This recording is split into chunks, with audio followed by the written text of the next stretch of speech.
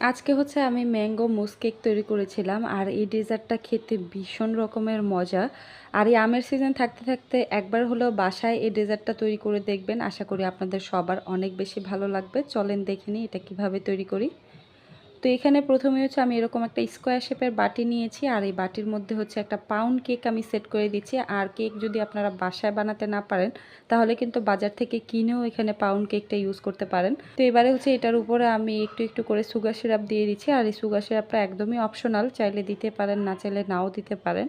তো এবারে হচ্ছে এখানে আমি কিছু ক্রিম দিয়ে দিচ্ছি আর এটা হচ্ছে আমি একটা হুইপ ক্রিম বিট করে নিয়েছি, সাথে হচ্ছে কিছু ম্যাঙ্গোর পিউরি দিয়েছিলাম।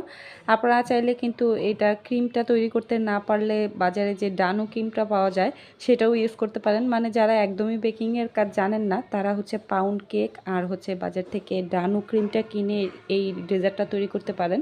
এখন এখানে হচ্ছে আমি একদমই ছোট ছোট করে কেটে রাখা কিছু আম দিয়ে দিচ্ছি আর চেষ্টা করবেন একদমই মিষ্টি আমটা নেওয়ার জন্য।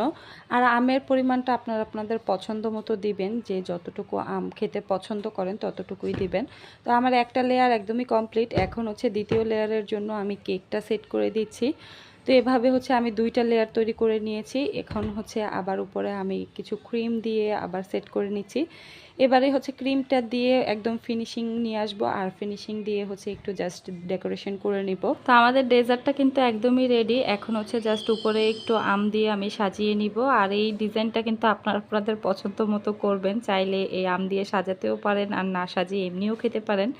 আমি হচ্ছে একটু আম দিয়ে এটা একটু ডিজাইন করে দিলাম। এখন 2 ঘন্টার জন্য ফ্রিজে রেখে দেব। তো এটা ফ্রিজ থেকে বের করে হচ্ছে এখন একটু আপনাদেরকে কেটে দেখাচ্ছি। আর এটা কিন্তু ফ্রিজে 2 ঘন্টার মতো সেট করে তারপরে খাবেন, এতে করে অনেক বেশি টেস্ট পাবেন। তো এই তো আমি হচ্ছে একটা পিস কেটে আপনাদেরকে দেখাই ভিতরটা কেমন হয়েছে। আর এটা এত বেশি মজা যে আপনারা না বানালে বুঝবেনই না। আর আমের খুবই স্ট্রং একটা ফ্লেভার পাওয়া যায়, যেহেতু এখানে আমের পিউরিগুলো অ্যাড করা হয়েছে, আমের ছোট ছোট কিউব অ্যাড করা হয়েছে।